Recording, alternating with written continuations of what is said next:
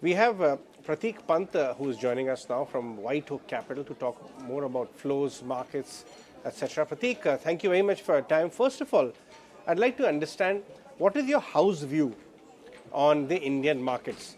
Looking at the earnings, the way almost 75% of the index weight earnings are out, looking at valuations and the situation on flows, because you guys operate at a global level as well, so keep a Sure, keen eye on flows. How are these three variables looking for India? sure.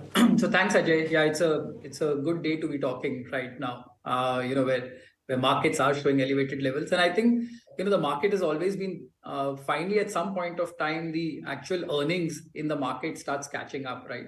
So broadly, the economy had been holding up, and now that has started getting reflected in the earnings data which is coming up, and also simultaneously started reflecting in the prices. The results so far which have come out have been in line with expectations. We are expecting roughly about a 12% growth in EPS for Nifty for this particular year, this financial year. Which is fairly healthy, and across sectors, right? Most of the sectors you have seen fairly strong pickup. So I guess just for the lack of any negative surprises, and for the fact that India continues to be an outlier in the global, otherwise uncertain macroeconomics. We seem to be getting a lot more share of flows which are coming in right now. The true flows will actually be still linked to what happens from a Fed policy perspective. Although there has been indications that we may be very close to the peak of the interest rate cycle out there, and that can start now building in some level of appetite for emerging markets and for India. We still have a little bit of catch up which has to be done. Broadly, India and the larger emerging market pack actually was underperforming the developed markets. The last 1 week's, of course, rally is making this now more in line in terms of the both emerging markets as well as the developed markets. So flows continue to flows have been good in India. And but the actual if you say tsunami will come as people get a lot more directionally comfortable with what Fed is actually going to do out there. Having said that, we continue to see strong outlook even in this particular year across sectors, whether it's consumer, whether it's industrials with revival of some amount of capex, and of course banking and financial services, which is pretty much leading the pack right now. Prateek, I understand that you have, in association with Ashoka, launched Ashoka WhiteOak Emerging Market Trust also in the main market on London Stock Exchange. Talk to us what kind of communication or talks you're having with your overseas investors regarding India. What's the hypothesis you are actually telling them due to which they are participating here for 3 to 5 year kind of view? Sure. So Ashoka India is actually a part of the WhiteOak structure itself, which we launched last week on the main boards of London Stock Exchange, and that has given us an opportunity to reach out to a lot of global investors who've been looking at India. As I reiterate, right, today India seems to be very strongly poised in terms of all three aspects, right? The large consumer diaspora, which is leading to growth in the consumer side, some level of revival, which is there on the capex side, and that is giving the order books across industrials are very, very strong.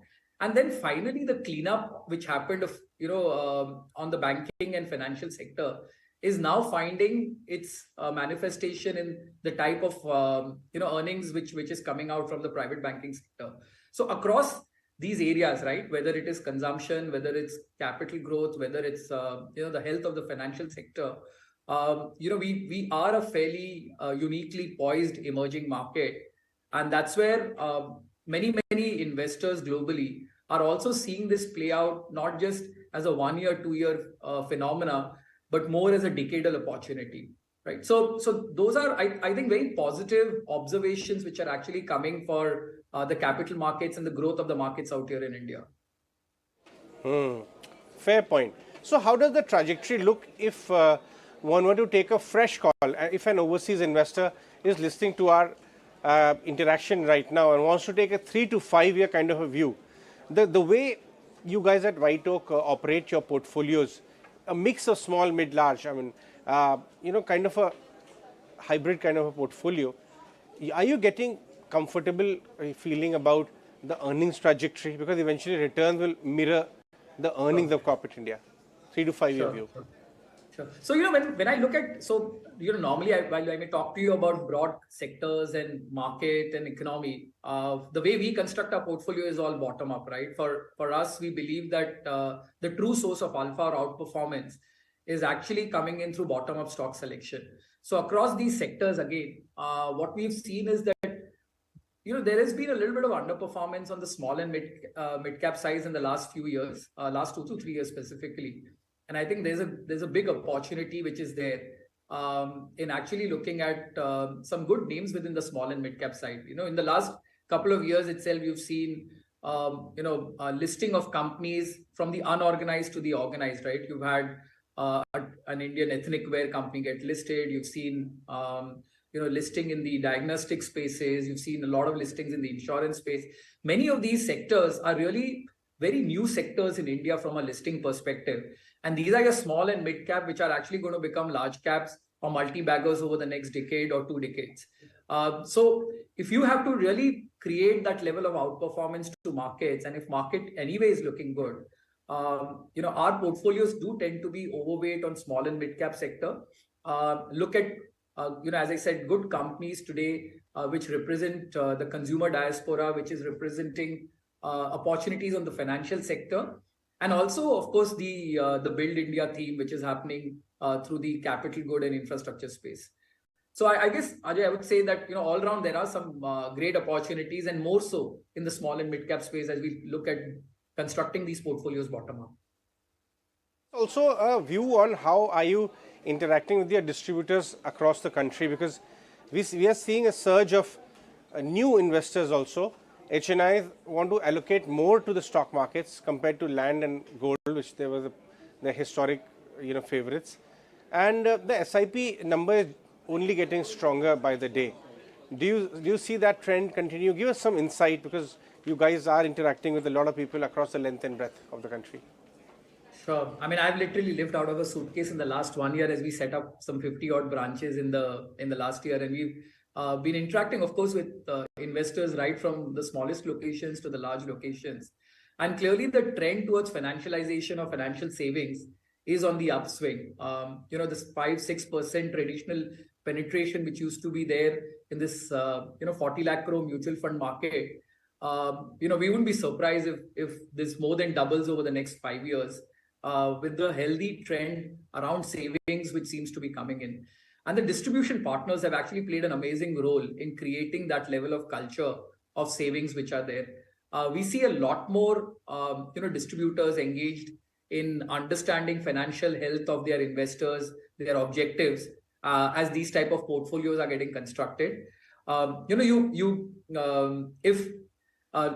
We've had a sort of a lull period over the 18 months, but if we get into a phase right now where overall, different asset classes, including both fixed income and equity, show a positive trajectory, I'm sure you will find a lot more investors showing interest in this.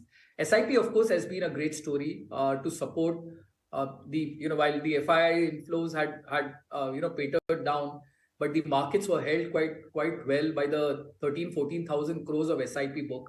I also see the next phase, where the systematic withdrawal plan, or people who've created wealth starting to withdraw a little bit from a consumption perspective, and both a combination of SIPs and SWPs is going to lead to the next big phase within the asset management industry and the investment pool in general. Right. All right, Prateek, we'll let you go on that one. Thanks so much for joining us on the show today. Thank you. Thanks a lot. That was